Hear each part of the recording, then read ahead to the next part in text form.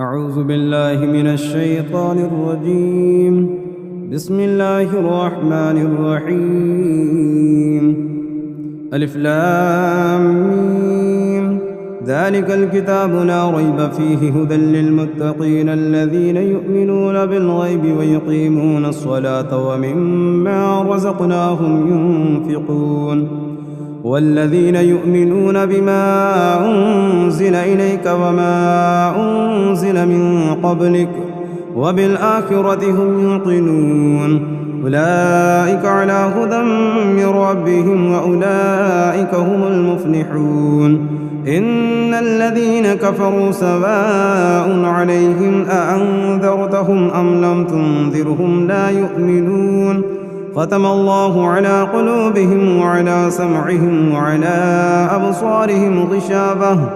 ولهم عذاب عظيم. ومن الناس من يقول آمنا بالله وباليوم الآخر وما هم بمؤمنين يخادعون الله والذين آمنوا وما يخدعون إلا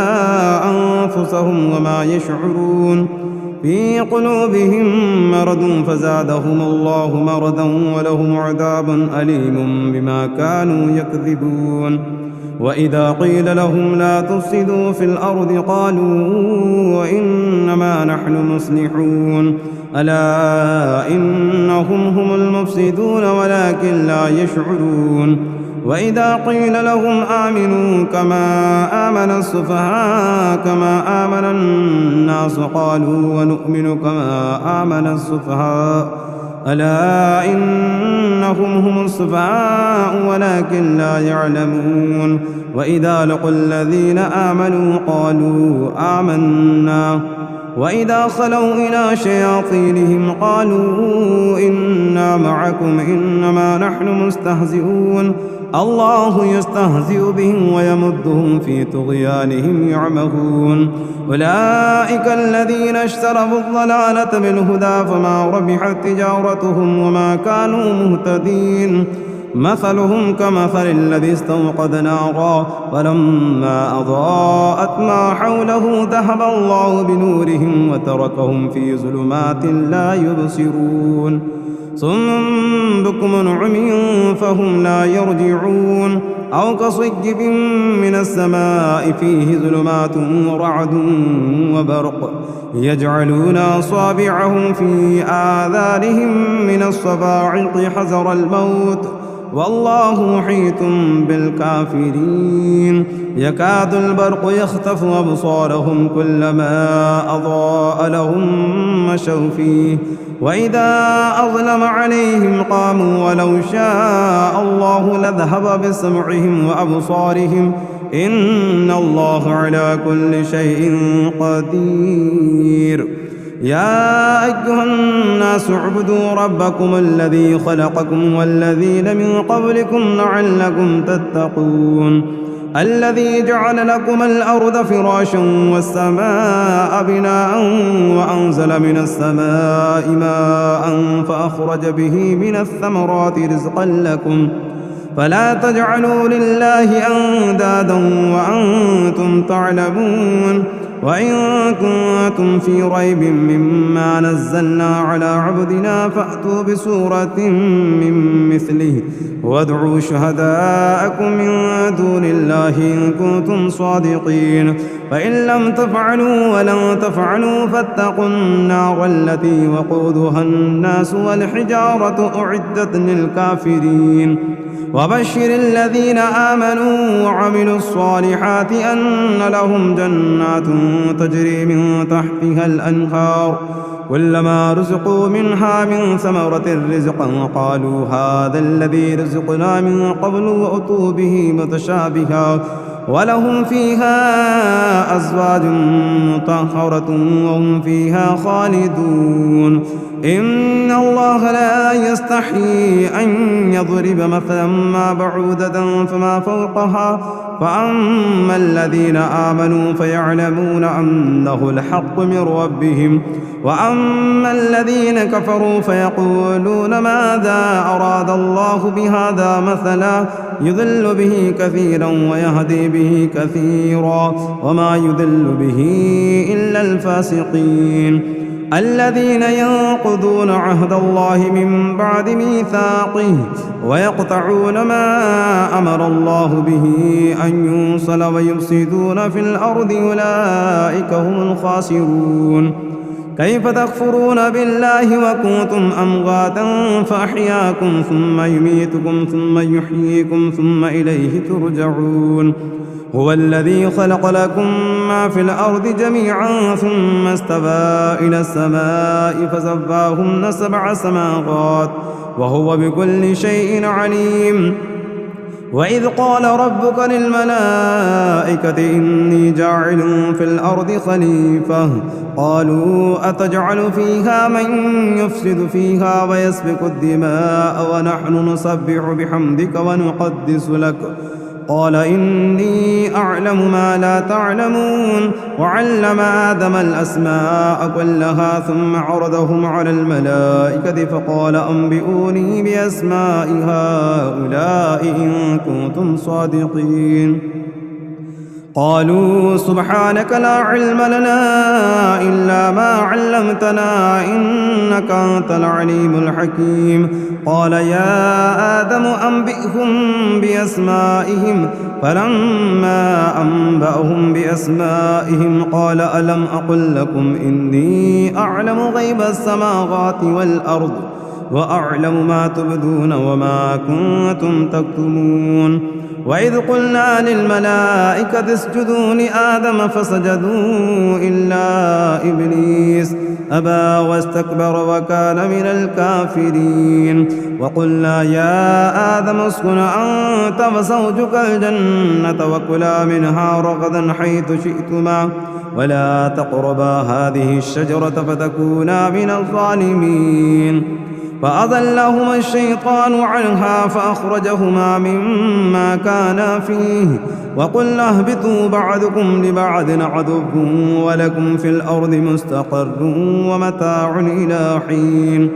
فتلقى آدم من ربه كلمات فتاب عليه إنه هو التواب الرحيم قلنا اهبطوا منها جميعا فإما يأتينكم مني هدى فمن تبع هداي فلا خوف عليهم ولا هم يحزنون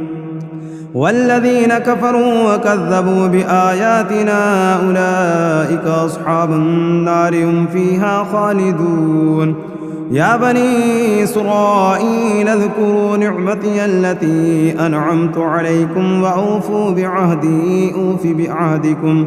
وإياي فارهبون وآمنوا بما أنزلت مصدقا لما معكم ولا تكونوا أول كافر به ولا تشتروا بآياتي ثمنا قليلا وإياي فاتقون ولا تلبسوا الحق بالباطل وتكتموا الحق وأنتم تعلمون وأقيموا الصلاة وآتوا الزكاة واركعوا مع الراكعين أتأمرون الناس بالبر وتنسون أنفسكم وأنتم تتلون الكتاب أفلا تعقلون واستعينوا بالصبر والصلاة وإنها لكبيرة إلا على الخاشعين الذين يظنون أنهم ملاقو ربهم وأنهم إليه راجعون يا بني إسرائيل اذكروا نعمتي التي أنعمت عليكم وأني فضلتكم على العالمين واتقوا يوما لا تجزي نفس عن نفس شيئا ولا يقبل منها شفاعة ولا يؤخذ منها عدل ولا هم ينصرون وإذ نجيناكم من آل فرعون يسومونكم سوء العذاب يذبحون أبناءكم ويستحيون نساءكم وفي ذلكم بلاء من ربكم عظيم وإذ فرقنا بكم البحر فانجيناكم وأغرقنا آل فرعون وأنتم تنظرون وإذ باعدنا موسى 40 ليلة ثم اتخذتم العجل من بعده وأنتم ظالمون ثم عفونا عنكم من بعد ذلك لعلكم تشكرون وإذ آتينا موسى الكتاب والفرقان لعلكم تهتدون وإذ قال موسى لقومه يا قوم إنكم ظلمتم أنفسكم باتخاذكم العجل فتوبوا إلى بارئكم فاقتلوا أنفسكم ذلكم خير لكم عند بارئكم فتاب عليكم إنه هو التواب الرحيم وإذ قلتم يا موسى لن نؤمن لك حتى نرى الله جهرة فأخذتكم الصاعقة وأنتم تنظرون ثم بعثناكم من بعد موتكم لعلكم تشكرون وظللنا عليكم الغمام وأنزلنا عليكم المن والسلوى كلوا من طيبات ما رزقناكم وما ظلمونا ولكن كانوا أنفسهم يظلمون وإذ قلنا ادخلوا هذه القرية فكلوا منها حيث شئتم رغدا وادخلوا الباب سجدا وقولوا حطة نغفر لكم خطاياكم وسنزيد المحسنين فبدل الذين ظلموا قولا غير الذي قيل لهم فأنزلنا على الذين ظلموا رجزا من السماء بما كانوا يفسقون وإذ استسقى موسى لقومه فقلنا اضرب بعصاك الحجر فانفجرت من 12 عينا قد علم كل أناس مشربهم كلوا واشربوا من رزق الله ولا تعثوا في الأرض مفسدين وإذ قلتم يا موسى لن نصبر على طاعم واحد فادع لنا ربك يخرج لنا مما تنبت الأرض من بقلها وقثائها وفومها وعدسها وبصلها قال أتستبدلون الذي هو أدنى بالذي هو خير اهبطوا مصرا فإن لكم ما سألتم واضربت عليهم الذلة والمسكنة وباءوا بغضب من الله ذلك بأنهم كانوا يكفرون بآيات الله ويقتلون النبيين بغير الحق ذلك بما عصوا وكانوا يعتدون إن الذين آمنوا والذين هادوا والنصارى والصابئين من آمن بالله واليوم الآخر وعمل صالحا فلهم أجرهم عند ربهم ولا خوف عليهم ولا هم يحزنون وإذ أخذنا ميثاقكم ورفعنا فوقكم الطور خذوا ما آتيناكم بقوة واذكروا ما فيه لعلكم تتقون ثم توليتم من بعد ذلك فلولا فضل الله عليكم ورحمته لكنتم من الخاسرين ولقد علمتم الذين اعتدوا منكم في السبت فقلنا لهم كونوا قردة خاسئين فجعلناها نكالا لما بين يديها وما خلفها وموعظة للمتقين وإذ قال موسى لقومه إن الله يأمركم أن تذبحوا بقرة قالوا أتتخذنا هزوا قال أعوذ بالله أن أكون من الجاهلين قال ادع لنا ربك يبين لنا ما هي قال إنه يقول إنها بقرة لا فارض ولا بكر عوان بين ذلك فافعلوا ما تؤمرون قال ادع لنا ربك يبين لنا ما لونها قال إنه يقول إنها بقرة صفراء فاقع لونها تسر الناظرين قال ادع لنا ربك يبين لنا ما هي إن البقرة شابه علينا وإنا إن شاء الله لمهتدون قال إنه يقول إنها بقرة لا ذلول تثير الأرض ولا تسقي الحرث مسلمة لا شية فيها قالوا الآن جئت بالحق فذبحوها وما كادوا يفعلون وإذ قتلتم نفسا فادارأتم فيها والله مخرج ما كنتم تكتمون فقلنا اضربوه ببعضها كذلك يحيي الله الموتى ويريكم آياته لعلكم تعقلون ثم قست قلوبكم من بعد ذلك فهي كالحجارة أو أشد قسوة وإن من الحجارة لما يتفجر منه الأنهار وإن منها لما يشقق فيخرج منه الماء وإن منها لما يهبط من خشية الله وما الله بغافل عما تعملون أفتطمعون أن يؤمنوا لكم وقد كان فريق منهم يسمعون كلام الله ثم يحرفونه من بعد ما عقلوه وهم يعلمون وإذا لقوا الذين آمنوا قالوا آمنا وإذا خلا بعضهم إلى بعض قالوا وتحدثونهم بما فتح الله عليكم ليحاجوكم به عند ربكم أفلا تعقلون أفلا يعلمون أن الله يعلم ما يسرون وما يعلنون ومنهم أميون لا يعلمون الكتاب إلا أمانيهم وإنهم إلا يظنون فويل للذين يكتبون الكتاب بأيديهم ثم يقولون هذا من عند الله ليشتروا به ثمنا قليلا فويل لهم مما كتبت أيديهم وويل لهم مما يكسبون وقالوا لن تمسنا النار إلا أياما معدودة قل أتخذتم عند الله عهدا فلن يخلف الله عهده وأم تقولون على الله ما لا تعلمون بلى من كسب سيئة وأحاطت به خطيئته فأولئك أصحاب النار هم فيها خالدون والذين آمنوا وعملوا الصالحات أولئك أصحاب الجنة هم فيها خالدون وإذ أخذنا ميثاق بني إسرائيل لا تعبدون إلا الله وبالوالدين إحسانا وذي القربى واليتامى والمساكين وقولوا للناس حسنا وأقيموا الصلاة وآتوا الزكاة ثم توليتم إلا قليلا منكم وأنتم معرضون وإذ أخذنا ميثاقكم لا تسفكون دماءكم ولا تخرجون أنفسكم من دياركم ثم أقررتم وأنتم تشهدون ثم أنتم هؤلاء تقتلون أنفسكم وتخرجون فريقا منكم من ديارهم تظاهرون عليهم بالإثم والعدوان وإن يأتوكم أسارى تفادوهم وهو محرم عليكم إخراجهم أفتؤمنون ببعض الكتاب وتكفرون ببعض فما جزاء من يفعل ذلك منكم إلا خزي في الحياة الدنيا ويوم القيامة يردون إلى أشد العذاب وما الله بغافل عما تعملون أولئك الذين اشتروا الحياة الدنيا بالآخرة فلا يخفف عنهم العذاب ولا هم ينصرون ولقد آتينا موسى الكتاب وقفينا من بعده بالرسل وآتينا عيسى ابن مريم البينات وأيدناه بروح القدس أفكلما جاءكم رسول بما لا تهوى أنفسكم استكبرتم ففريقا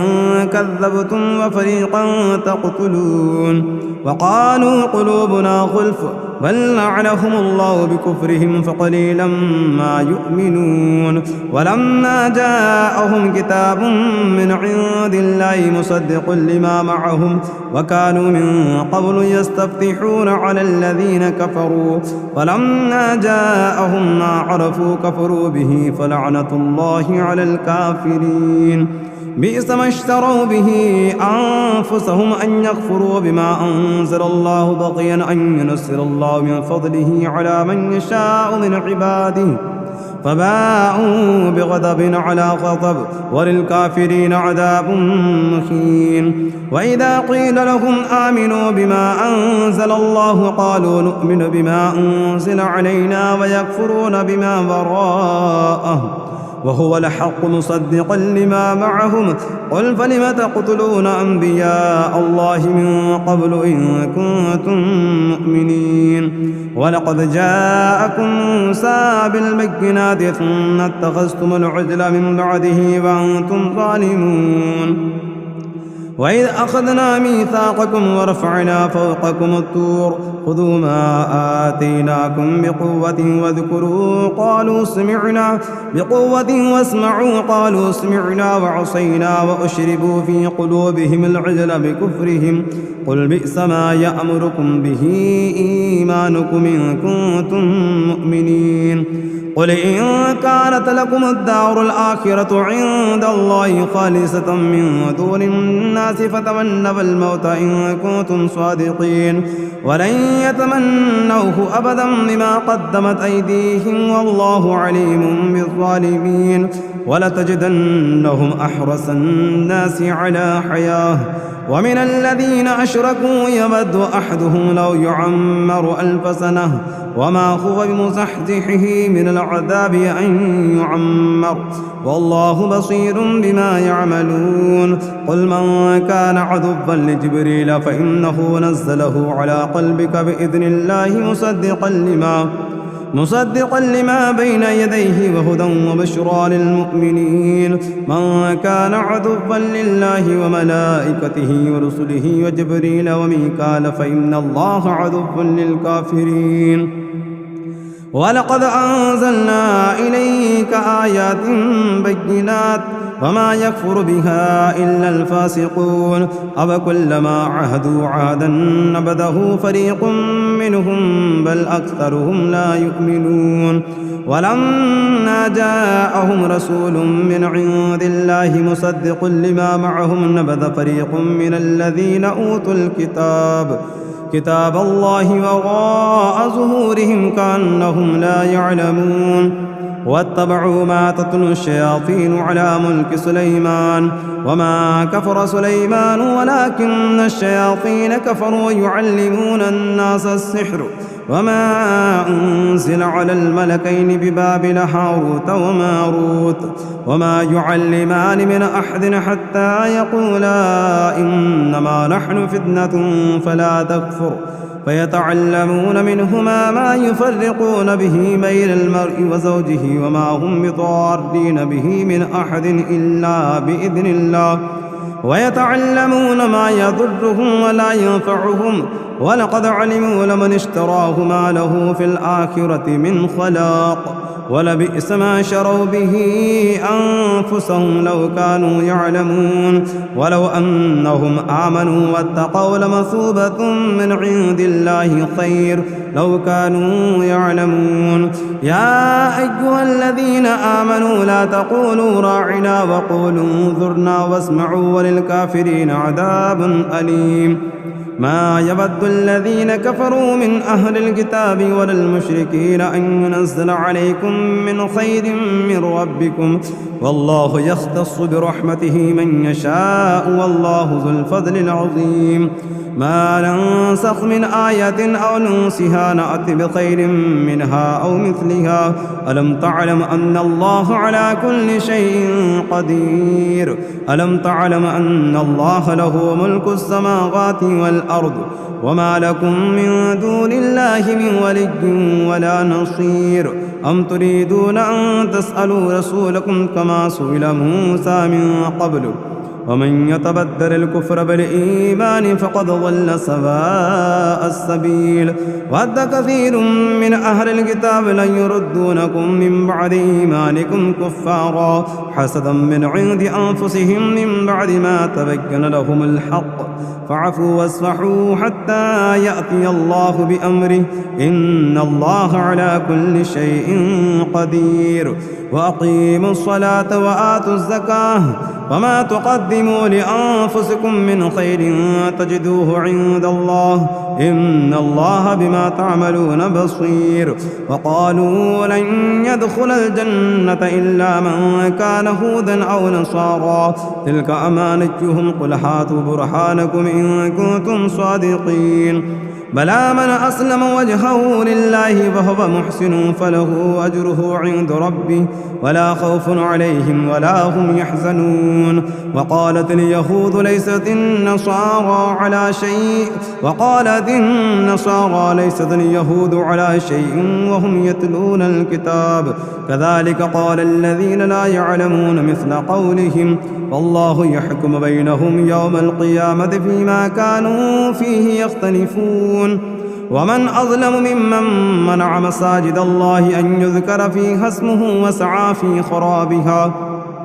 أولئك ما كان لهم أن يدخلوها إلا خائفين لهم في الدنيا خزي ولهم في الآخرة عذاب عظيم ولله المشرق والمغرب فأينما تولوا فثم وجه الله إن الله واسع عليم وقالوا اتخذ الله ولدا سبحانه بل له ما في السماوات والأرض كل له قانتون بديع السماوات والأرض وإذا قضى أمرا فإنما يقول له كن فيكون وقال الذين لا يعلمون لولا يكلمنا الله أو تأتينا آية كذلك قال الذين من قبلهم مثل قولهم تشابهت قلوبهم قد بينا الآيات لقوم يوقنون إنا أرسلناك بالحق بشيرا ونذيرا ولا تسأل عن أصحاب الجحيم ولن ترضى عنك اليهود ولا النصارى حتى تتبع ملتهم قل إن هدى الله هو الهدى ولئن اتبعت أهواءهم بعد الذي جاءك من العلم ما لك من الله من ولي ولا نصير الذين آتيناهم الكتاب يتلونه حق تلاوته أولئك يؤمنون به ومن يكفر به فأولئك هم الخاسرون يا بني إسرائيل اذكروا نعمتي التي أنعمت عليكم وأني فضلتكم على العالمين واتقوا يوما لا تجزي نفس عن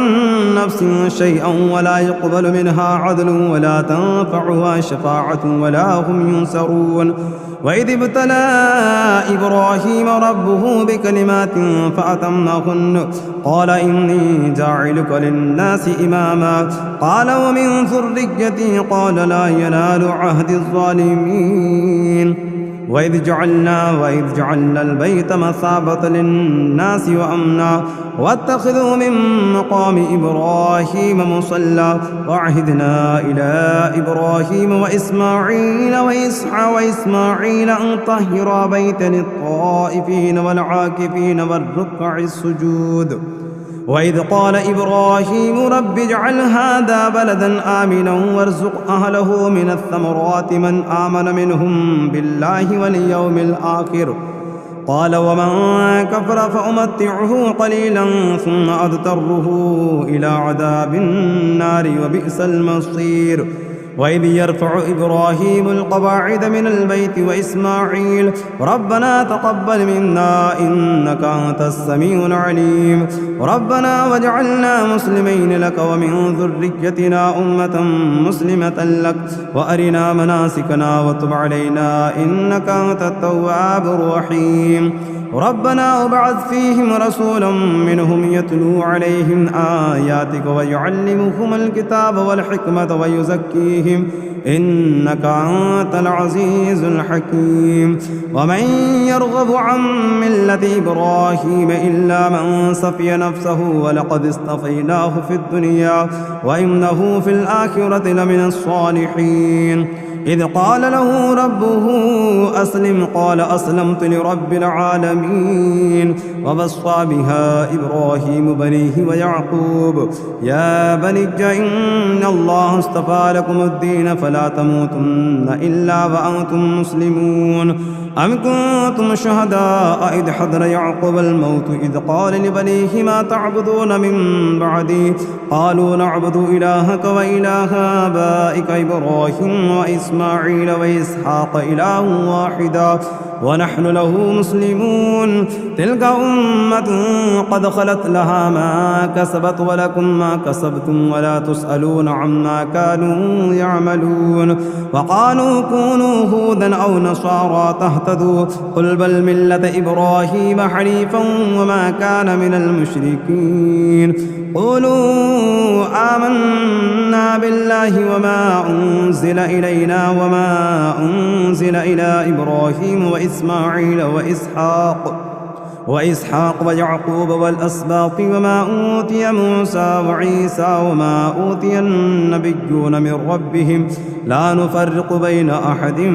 منهم ونحن له مسلمون فإن آمنوا بمثل ما آمنتم به فقد اهتدوا وإن تولوا فإنما هم في شقاق فسيكفيكهم الله وهو السميع العليم صبغة الله ومن أحسن من الله صبغة ونحن له عابدون قل أتحاجوننا في الله وهو ربنا وربكم ولنا أعمالنا ولكم أعمالكم ونحن له مخلصون أم تقولون إن إبراهيم وإسماعيل وإسحاق ويعقوب والأسباط كانوا هودا أو نصارى قل أأنتم أعلم أم الله ومن أظلم ممن كتب شهادة عنده من الله وما الله بغافل عما تعملون تلك أمة قد خلت لها ما كسبت ولكم ما كسبتم ولا تسألون عما كانوا يعملون سيقول السفهاء من الناس ما والله عن قبلتهم التي كانوا عليها قل لله المشرق والمغرب يهدي من يشاء إلى صراط مستقيم وكذلك جعلناكم أمة وسطا لتكونوا شهداء على الناس ويكون الرسول عليكم شهيدا وما جعلنا القبلة التي كنت عليها إلا لنعلم من يتبع الرسول ممن ينقلب على عقبيه وإن كانت لكبيرة إلا على الذين هدى الله وما كان الله ليضيع إيمانكم إن الله بالناس لرؤوف رحيم قد نرى تقلب وجهك في السماء فلنولينك قبلة ترضاها فول وجهك شطر المسجد الحرام وحيث ما كنتم فولوا وجوهكم شطره وإن الذين أوتوا الكتاب ليعلمون أنه الحق من ربهم وما الله بغافل عما يعملون ولئن أتيت الذين أوتوا الكتاب بكل آية ما تبعوا قبلتك وما أنت بتابع قبلتهم وما بعضهم بتابع قبلة بعض ولئن اتبعت أهواءهم من بعد ما جاءك من العلم إنك إذا لمن الظالمين الذين آتيناهم الكتاب يعرفونه كما يعرفون أبناءهم وإن فريقا منهم ليكتمون الحق وهم يعلمون الحق من ربك فلا تكونن من الممترين ولكل وجهة هو موليها فاستبقوا الخيرات أينما تكونوا يأتي بكم الله جميعا إن الله على كل شيء قدير ومن حيث خرجت فول وجهك شطر المسجد الحرام وإنه للحق من ربك وما الله بغافل عما تعملون ومن حيث خرجت فول وجهك شطر المسجد الحرام وحيث ما كنتم فولوا وجوهكم شطره لئلا يكون للناس عليكم حجة إلا الذين ظلموا منهم فلا تخشوهم واخشوني ولأتم نعمتي عليكم ولعلكم تهتدون كما أرسلنا فيكم رسولا منكم يتلو عليكم آياتنا ويزكيكم ويعلمكم الكتاب والحكمة ويعلمكم ما لم تكونوا تعلمون فاذكروني أذكركم واشكروا لي ولا تكفرون يا أيها الذين آمنوا استعينوا بالصبر والصلاة إن الله مع الصابرين ولا تقولوا لمن يقتل في سبيل الله أموات بل أحياء ولكن لا تشعرون ولنبلونكم بشيء من الخوف والجوع ونقص من الأموال والأنفس والثمرات وبشر الصابرين الذين إذا أصابتهم مصيبة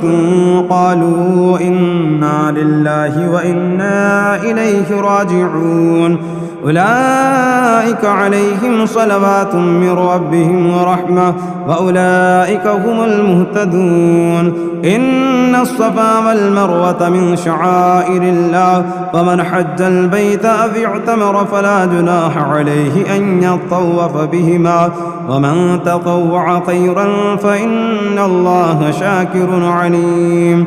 إن الذين يكتمون ما أنزلنا من البينات والهدى من بعد ما بيناه للناس في الكتاب أولئك يلعنهم الله ويلعنهم اللاعنون إلا الذين تابوا وأصلحوا وبينوا فأولئك أتوب عليهم وأنا التواب الرحيم إن الذين كفروا وماتوا وهم كفار أولئك عليهم لعنة الله والملائكة والناس أجمعين خالدين فيها لا يخفف عنهم العذاب ولا هم ينذرون وإلهكم إله واحد لا إله إلا هو الرحمن الرحيم إن في خلق السماوات والأرض واختلاف الليل والنهار والفلك التي تجري في البحر بما ينفع الناس وما أنزل الله من السماء من ماء فأحيا به الأرض بعد موتها وبث فيها من كل دابة وتصريف الرياح والسحاب المسخر بين السماء والأرض لآيات لقوم يعقلون ومن الناس من يتخذ من دون الله أندادا يحبونهم كحب الله والذين آمنوا أشد حبا لله ولو يرى الذين ظلموا إذ يرون العذاب أن القوة لله جميعا وأن الله شديد العذاب إذ تبرأ الذين اتبعوا من الذين اتبعوا ورأوا العذاب وتقطعت بهم الأسباب وقال الذين اتبعوا لو أن لنا كرة فنتبرأ منهم كما تبرأوا منا كذلك يريهم الله أعمالهم حسرات عليهم وما هم بخارجين من النار يا أيها الناس كلوا مما في الأرض حلالا طيبا ولا تتبعوا خطوات الشيطان إنه لكم عدو مبين إنما يأمركم بالسوء والفحشاء وأن تقولوا على الله ما لا تعلمون وإذا قيل لهم اتبعوا ما أنزل الله قالوا بل نتبع ما ألفينا عليه آباءنا أولو كان آباؤهم لا يعقلون شيئا ولا يهتدون ومثل الذين كفروا كمثل الذي ينعق بما لا يسمع إلا دعاء ونداء صم بكم عمي فهم لا يعقلون يا أيها الذين آمنوا كلوا من طيبات ما رزقناكم واشكروا لله إن كنتم إياه تعبدون إنما حرم عليكم الميتة والدم ولحم الخنزير وما أهل به لغير الله فمن اضطر غير باغ ولا عاد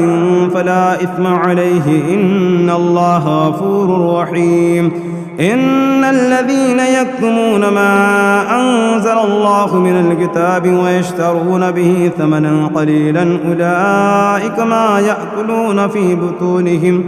في بطونهم إلا النار ولا يكلمهم الله يوم القيامة ولا يزكيهم ولهم عذاب أليم. أولئك الذين اشتروا الضلالة بالهدى والعذاب بالمغفرة وما أصبرهم على النار ذلك بأن الله نزل الكتاب بالحق وإن الذين اختلفوا في الكتاب لفي شقاق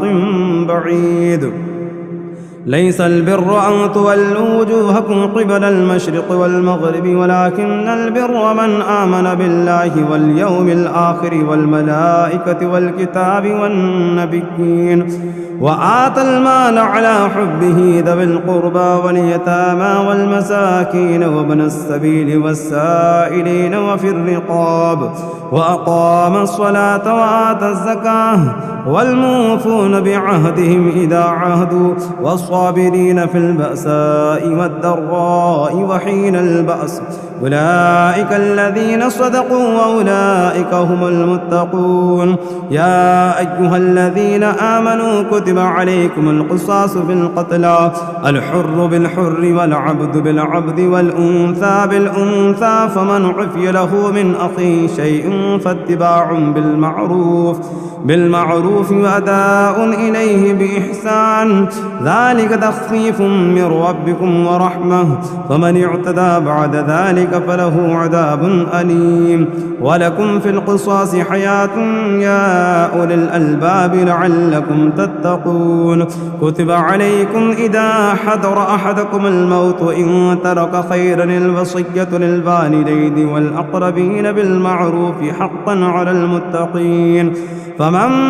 بدله بعد ما سمعه فإنما إثمه على الذين يبدلونه وإن الله سميع عليم. فمن خاف من موص جنفا أو إثما فأصلح بينهم فلا إثم عليه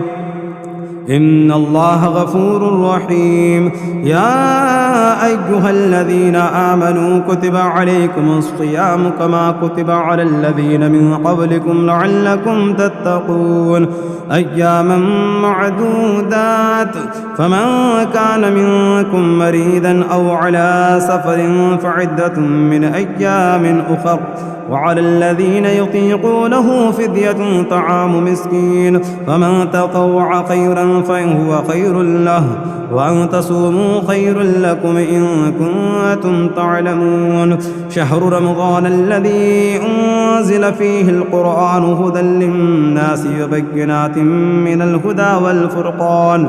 فمن شهد منكم الشهر فليصمه ومن كان مريضا أو على سفر فعدة من أيام أخر يريد الله بكم اليسر ولا يريد بكم العسر ولتكملوا العدة ولتكبروا الله على ما هداكم ولعلكم تشكرون. وإذا سألك عبادي عني فإني قريب أجيب دعوة الداع إذا دعاني فليستجيبوا لي وليؤمنوا بي لعلهم يرشدون. أحل لكم ليلة الصيام الرفث إلى نسائكم هن لباس لكم وأنتم لباس لهن علم الله أنكم كنتم تختانون أنفسكم فتاب عليكم وعفى عنكم فالآن باشروهن وابتغوا ما كتب الله لكم وكلوا واشربوا حتى يتبين لكم الخيط الأبيض من الخيط الأسود من الفجر ثم أتموا الصيام إلى الليل ولا تباشروهن وأنتم عاكفون في المساجد تلك حدود الله فلا تقربوها كذلك يبين الله آياته للناس لعلهم يتقون. ولا تأكلوا أموالكم بينكم بالباطل وتدلوا بها إلى الحكام لتأكلوا فريقا من أموال الناس بالإثم وأنتم تعلمون. يسألونك عن الأهلة قل هي مواقيت للناس والحج وليس البر بأن تأتوا البيوت من زهورها ولكن البر من اتقى وأتوا البيوت من أبوابها واتقوا الله لعلكم تفلحون وقاتلوا في سبيل الله الذين يقاتلونكم ولا تعتدوا إن الله لا يحب المعتدين واقتلوهم حيث ثقفتموهم وأخرجوهم من حيث أخرجوكم والفتنة أشد من القتل ولا تقاتلوهم عند المسجد الحرام حتى يقاتلوكم فيه فإن قاتلوكم فاقتلوهم كذلك جزاء الكافرين فإن انتهوا فإن الله غفور رحيم وقاتلوهم حتى لا تكون فتنة ويكون الدين لله فإن انتهوا فلا عدوان إلا على الظالمين الشهر الحرام بالشهر الحرام والحرمات قصاص فمن اعتدى عليكم فاعتدوا عليه بمثل ما اعتدى عليكم واتقوا الله واعلموا أن الله مع المتقين وأنفقوا في سبيل الله ولا تلقوا بأيديكم إلى التهلكة وأحسنوا إن الله يحب المحسنين وأتموا الحج والعمرة لله فإن أحسرتم فمن استيسر من الهدي ولا تحلقوا رؤوسكم حتى يبلغ الهدي محله فمن كان منكم مريضا أو به أذى من رأسه ففدية من صيام أو صدقة أو نسك فإذا أمنتم فمن تمتع بالعمرة إلى الحج فما استيسر من الهدي فمن لم يجد فالصيام 3 أيام في الحج و7 إذا رجعتم تلك 10 كاملة ذلك لمن لم يكن أهله حاضر المسجد الحرام واتقوا الله واعلموا أن الله شديد العقاب الحج أشهر معلومات فمن فرض فيهن الحج فلا رفث ولا فسوق ولا جدال في الحج وما تفعلوا من خير يعلمه الله وتزبدوا فإن خير الزاد التقوى واتقون يا أولي الألباب ليس عليكم جناح أن تبتغوا فضلا من ربكم فإذا أفضتم من عرفات فاذكروا الله عند المشعر الحرام واذكروه كما هداكم وإن كنتم من قبله لمن الضالين ثم أفيدوا من حيث أفاض الناس واستغفروا الله إن الله غفور رحيم فإذا قضيتم مناسككم فاذكروا الله كذكركم آباءكم أو أشد ذكرا ومن الناس من يقول ربنا آتنا في الدنيا وما له في الآخرة من خلاق ومنهم من يقول ربنا آتنا في الدنيا حسنة وفي الآخرة حسنة وقنا عذاب النار أولئك لهم نصيب مما كسبوا والله سريع الحساب واذكروا الله في أيام معدودات فمن تعجل في يومين فلا إثم عليه ومن تأخر فلا إثم عليه لمن اتقى واتقوا الله واعلموا أنكم إليه تحشرون ومن الناس من يعجبك قوله في الحياة الدنيا ويشهد الله على ما في قلبه وهو ألد الخصام وإذا تولى سعى في الأرض ليفسد فيها ويهلك الحرث والنسل والله لا يحب الفساد وإذا قيل له اتق الله أخذته العزة بالإثم فحسب جهنم ولبئس المهاد ومن الناس من يشري نفسه ابتغاء مرضات الله والله رؤوف بالعباد يا أيها الذين آمنوا ادخلوا في السلم كافة ولا تتبعوا خطوات الشيطان إنه لكم عدو مبين فإن زللتم من بعد ما جاءتكم البينات فاعلموا أن الله عزيز حكيم هل ينظرون إلا أن يأتيهم الله في ظلل من الغمام والملائكة وقضي الأمر وإلى الله ترجع الأمور سل بني إسرائيل كم آتيناهم من آيات بينة ومن يبدل نعمة الله من بعد ما جاءته فإن الله شديد العقاب زين للذين كفروا الحياة الدنيا ويسخرون من الذين آمنوا والذين اتقوا فوقهم يوم القيامة والله يرزق من يشاء بغير حساب كان الناس أمة واحدة فبعث الله النبيين مبشرين ومنذرين وأنزل معهم الكتاب بالحق ليحكم بين الناس فيما اختلفوا فيه وما اختلف فيه إلا الذين أوتوه من بعد ما جاءتهم البينات بغيا بينهم فهدى الله الذين آمنوا لما اختلفوا فيه من الحق بإذنه والله يهدي من يشاء إلى صراط مستقيم أم حسبتم أن تدخلوا الجنة ولما يأتكم مثل الذين خلوا من قبلكم مستهم البأساء والضراء وزلزلوا حتى يقول الرسول والذين آمنوا معه متى نصر الله ألا إن نصر الله قريب يسألونك ماذا ينفقون قل ما أنفقتم من خير فللوالدين والأقربين واليتامى والمساكين وابن السبيل وما تفعلوا من خير فإن الله به عليم كتب عليكم القتال وهو كره لكم وعسى أن تكرهوا شيئا وهو خير لكم وعسى أن تحبوا شيئا وهو شر لكم والله يعلم وأنتم لا تعلمون يسألونك عن الشهر الحرام قتال فيه قل قتال فيه كبير وصد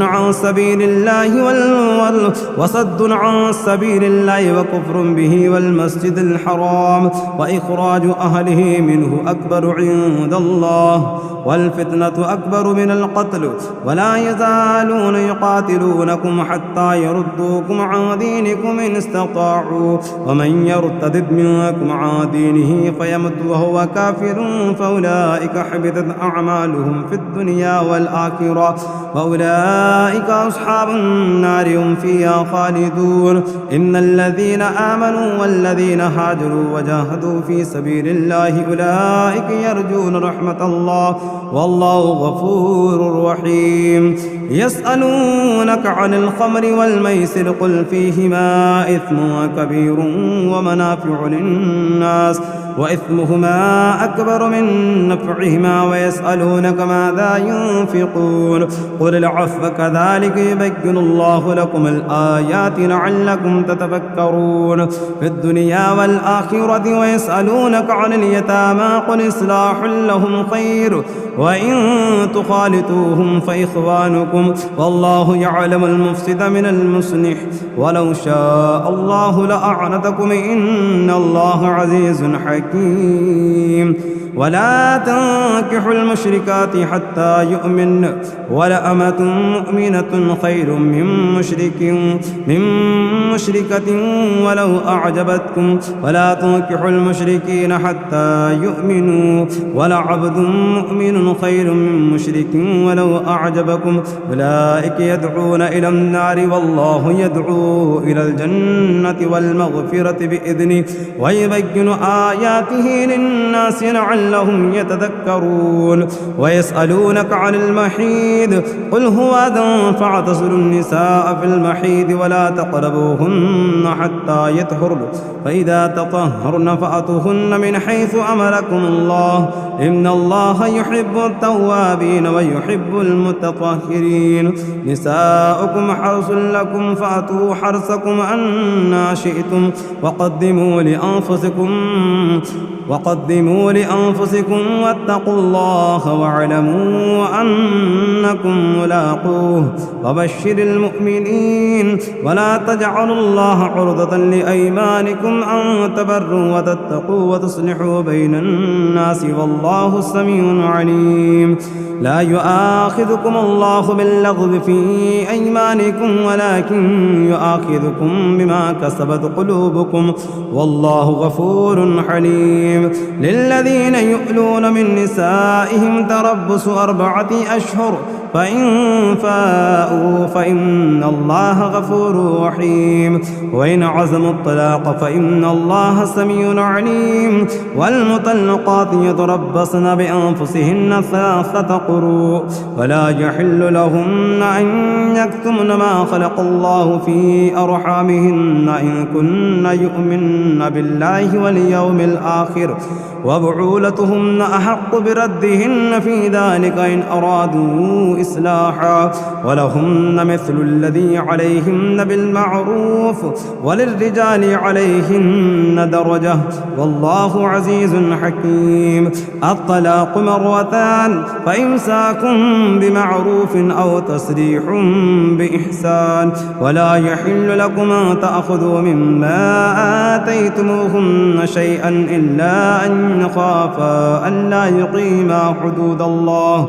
فإن خفتم ألا يقيما حدود الله فلا جناح عليهما فيما افتدت به. تلك حدود الله فلا تعتدوها ومن يتعد حدود الله فأولئك هم الظالمون. فإن طلقها فلا تحل له من بعد حتى تنكح زوجا غيره. فإن طلقها فلا جناح عليهما أن يتراجعا إن ظنا أن يقيما حدود الله وتلك حدود الله يبينها لقوم يعلمون. وإذا طلقتم النساء فبلغن أجلهن فأمسكوهن بمعروف أو سرحوهن بمعروف ولا تمسكوهن ضرارا لتعتدوا ومن يفعل ذلك فقد ظلم نفسه. ولا تتخذوا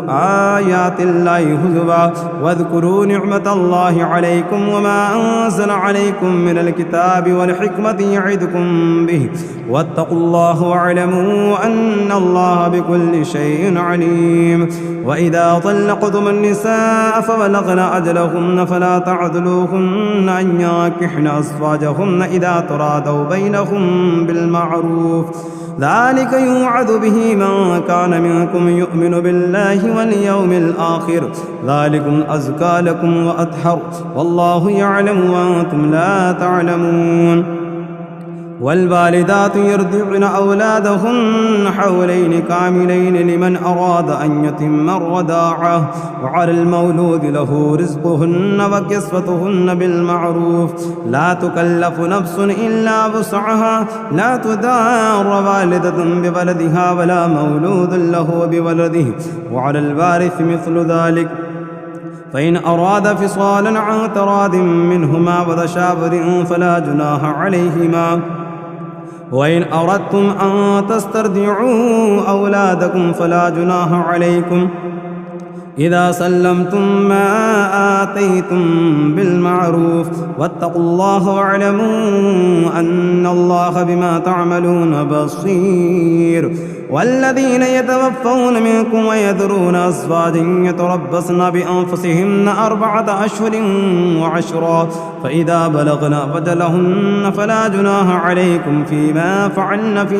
أنفسهن بالمعروف والله بما تعملون خبير. ولا جناح عليكم فيما عرضتم به من خطبة النساء أو أكننتم في أنفسكم علم الله أنكم ستذكرونهن ولكن لا تواعدوهن سرا إلا أن تقولوا قولا معروفا ولا تعزموا عقدة النكاح حتى يبلغ الكتاب أجله واعلموا أن الله يعلم ما في أنفسكم فاحذروا واعلموا أن الله غفور حليم. لا جناح عليكم إن طلقتم النساء ما لم تمسوهن أو تفرضوا لهن فريضة ومتعوهن على الموسع قدره وعلى المقدر قدره متاعا بالمعروف حقا على المحسنين. وإن طلقتموهن من قبل أن تمسوهن وقد فرضتم لهن فريضة فنصف ما فرضتم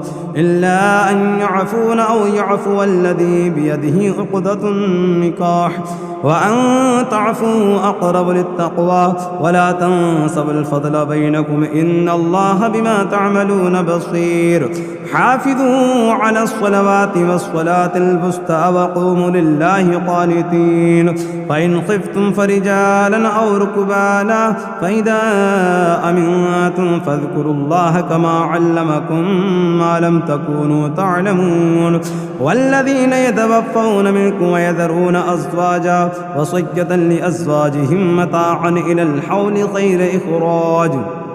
فإن خرجن فلا جناح عليكم فيما فعلن في أنفسهن من معروف والله عزيز حكيم وللمطلقات متاع بالمعروف حقا على المتقين كذلك يبين الله لكم آياته لعلكم تعقلون ألم تر إلى الذين خرجوا من ديارهم وهم ألوف حذر الموت فقال لهم الله موتوا ثم أحياهم إن الله لذو فضل على الناس ولكن أكثر الناس لا يشكرون وقاتلوا في سبيل الله واعلموا أن الله سميع عليم من ذا الذي يقرض الله قرضا حسنا فيضاعفه وله أضعافا كثيرا والله يقبض ويبسط وإليه ترجعون ألم تر إلى الملأ من بني إسرائيل من بعد موسى إذ قالوا لنبي لهم بعث لنا ملكا نقاتل في سبيل الله قال هل عسيتم إن كتب عليكم القتال ألا تقاتلوا قالوا وما لنا ألا نقاتل في سبيل الله وقد أخرجنا من ديارنا وأبنائنا فلما كتب عليهم القتال تولوا إلا قليلا منهم والله عليم بالظالمين وقال لهم نبيهم إن الله قد بعث لكم طالوت ملكا قالوا أنى يكون له الملك علينا ونحن أحق بالملك منه ولم يؤت سعة من المال قال إن الله اصطفاه عليكم وزاده بسطة في العلم والجسم والله يؤتي ملكه من يشاء والله واسع عليم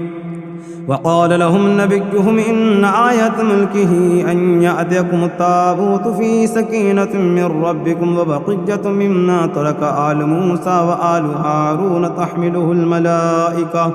إن في ذلك لآية لكم إن كنتم مؤمنين فلما فصل طالوت بالجنود قال إن الله مبتليكم بنهر فمن شرب منه فليس مني ومن لم يطعمه فإنه مني إلا من اغترف غربة بيده فشربوا منهم إلا قليلا منهم فلما جاوزه هو والذين آمنوا معه قالوا لا طاقة لنا اليوم جالوت وجنوده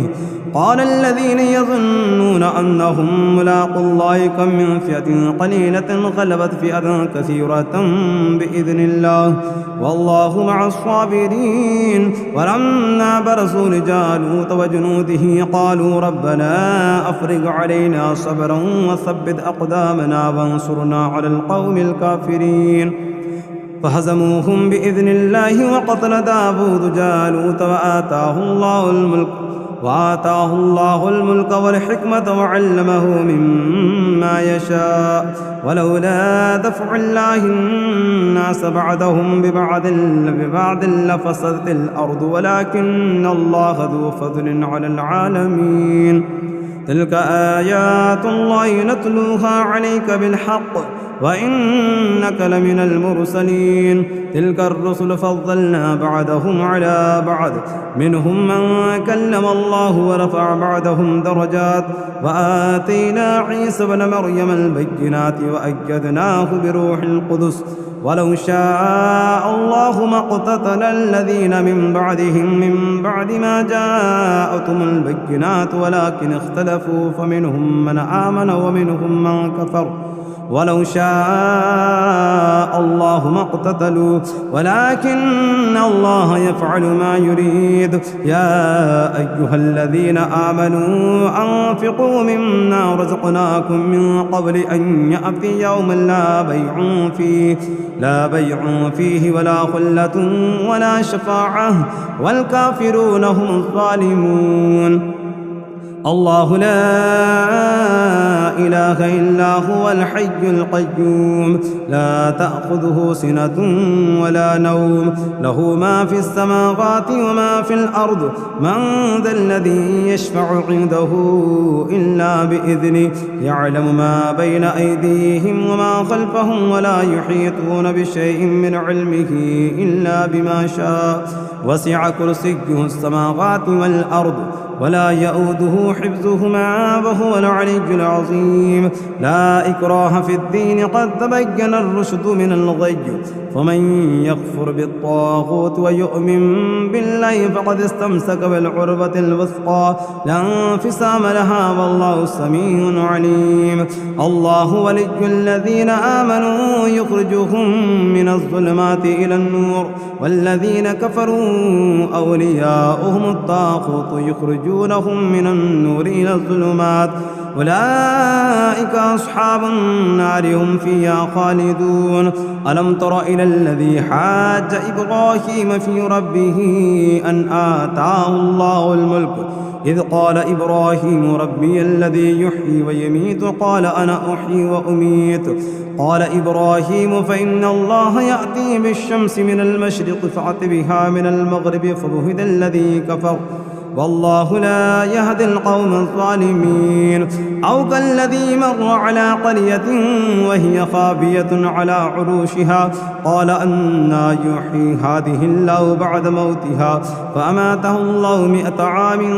ثم بعث قال كم لبثت قال لبثت يوما أو بعد يوم قال بل لبثت 100 عام فانظر إلى طعامك وشرابك لم يتسنه وانظر إلى حمارك ولنجعلك آية للناس وانظر إلى العظام كيف ننشدها ثم نكسوها لحما فلما تبين له قال أعلم أن الله على كل شيء قدير. وإذ قال إبراهيم ربي أرني كيف تحيي الموتى قال أولم تؤمن قال بلى ولكن ليطمئن قلبي قال فخذ 4 من الطير فصرهن إليك ثم اجعل على كل جبل منهن جزءا ثم ادعهن يأتينك سعيا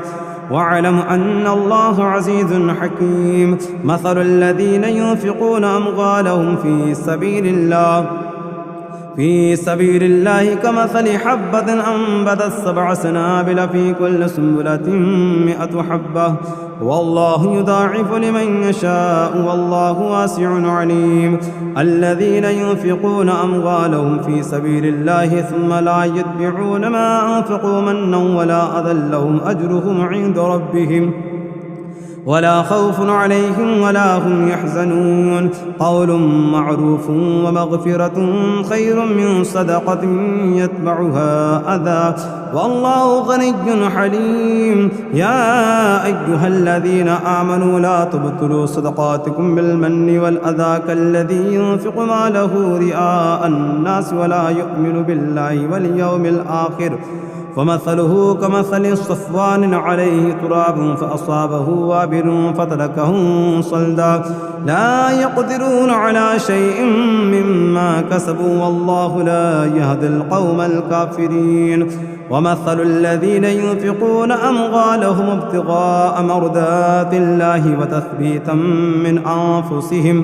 من أنفسهم كمثل جنة بربوة أصابها وابل فآتت أكلها ضعفين وإن لم يصبها وابل فطل والله بما تعملون بصير. أيود أحدكم أن تكون له جنة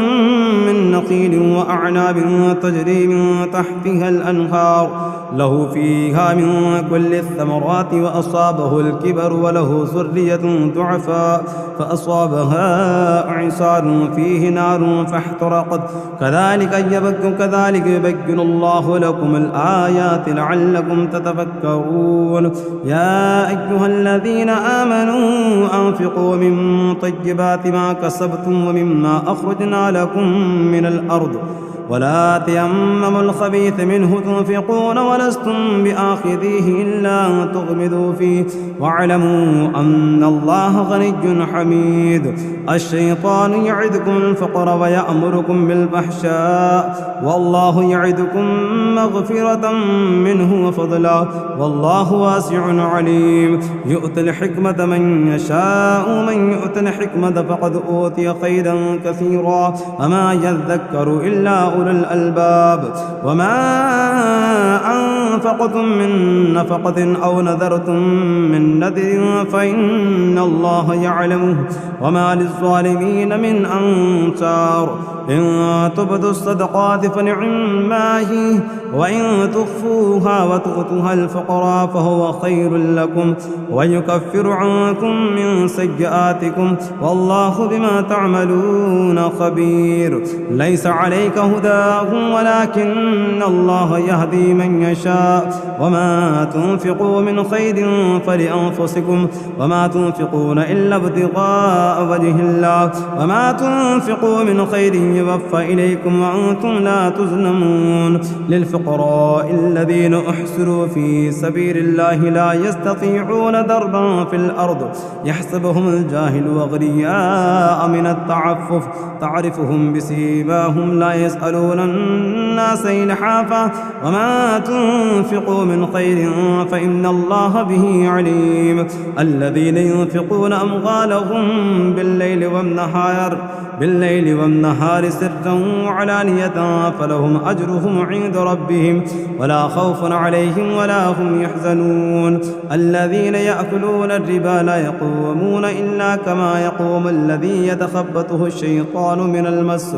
ذلك بأنهم قالوا إنما البيع مثل الربا وأحل الله البيع وحرم الربا فمن جاءه موعظة من ربه فانتهى فله ما سلف وأمره إلى الله ومن عاد فأولئك أصحاب النار هم فيها خالدون. يمحق الله الربا ويربي الصدقات والله لا يحب كل كفار أثيم. إن الذين آمنوا وعملوا الصالحات وأقاموا الصلاة وآتوا الزكاة لهم أجرهم عند ربهم ولا خوف عليهم ولا هم يحزنون. يا أيها الذين آمنوا اتقوا الله وذروا ما بقي من الربا إن كنتم مؤمنين فإن لم تفعلوا فأذنوا بحرب من الله ورسوله وإن تبتم فلكم رؤوس أموالكم لا تظلمون ولا تظلمون. وإن كان ذو عسرة فنذرة إلى ميسرة وأن تصدقوا خير لكم إن كنتم تعلمون. واتقوا يوما ترجعون فيه إلى الله ثم توفى كل نفس ما كسبت وهم لا يظلمون. يا أيها الذين آمنوا إذا تداينتم بدين إلى أجل مسمى فاكتبوه وليكتب بينكم كاتب بالعدل ولا يأب كاتب أن يكتب كما علمه الله فليكتب وليملل الذي عليه الحق وليتق الله ربه ولا يبخس منه شيئا فإن كان الذي عليه الحق سفيها أو ضعيفا أو لا يستطيع أن يمل هو فليملل وليه بالعدل واستشهدوا شهيدين من رجالكم فإن لم يكونا رجلين فرجل وامرأتان ممن ترضون من الشهداء أن تضل إحداهما فتذكر إحداهما الأخرى ولا يأبى الشهداء إذا ما دعوا ولا تسأموا أن تكتبوه صغيرا أو كبيرا إلى أجله ذلكم أقسط عند الله وأقدم للشهادة وأدنى ألا ترتابوا إلا تكون تجارة حاضرة تديرونها بينكم فليس عليكم جناح ألا تكتبوها وأشهدوا إذا تبايعتم ولا يدار كاتب ولا شهيد وإن تفعلوا فإنه فسوق بكم واتقوا الله ويعلمكم الله والله بكل شيء عليم. وإن كنتم على سفر ولم تجدوا كاتبا فرهان مقبوضة وإن أمن بعضكم بعضا فليؤد الذي اؤتمن أمانته وليتق الله ربه ولا تكتموا الشهادة ومن يكتمها فإنه آثم قلبه والله بما تعملون عليم. لله ما في السماوات وما في الأرض وإن تبدوا ما في أنفسكم أو تخفوه يحاسبكم به الله ويغفر لمن يشاء ويعذب من يشاء والله على كل شيء قدير. آمن الرسول بما أنزل إليه من ربه والمؤمنون كلنا آمن بالله وملائكته وكتبه ورسله لا نفرق بين أحد من رسله وقالوا سمعنا وأطعنا غفرانك ربنا وإليك المصير. لا يكلف الله نفسا إلا وسعها لها ما كسبت وعليها ما اكتسبت ربنا لا تؤاخذنا إن نسينا أو أخطأنا ربنا ولا تحمل علينا إصرا كما حملته على الذين من قبلنا ربنا ولا تحملنا ما لا طاقة لنا به واعف عنا واغفر لنا وارحمنا أنت مولانا فانصرنا على القوم الكافرين.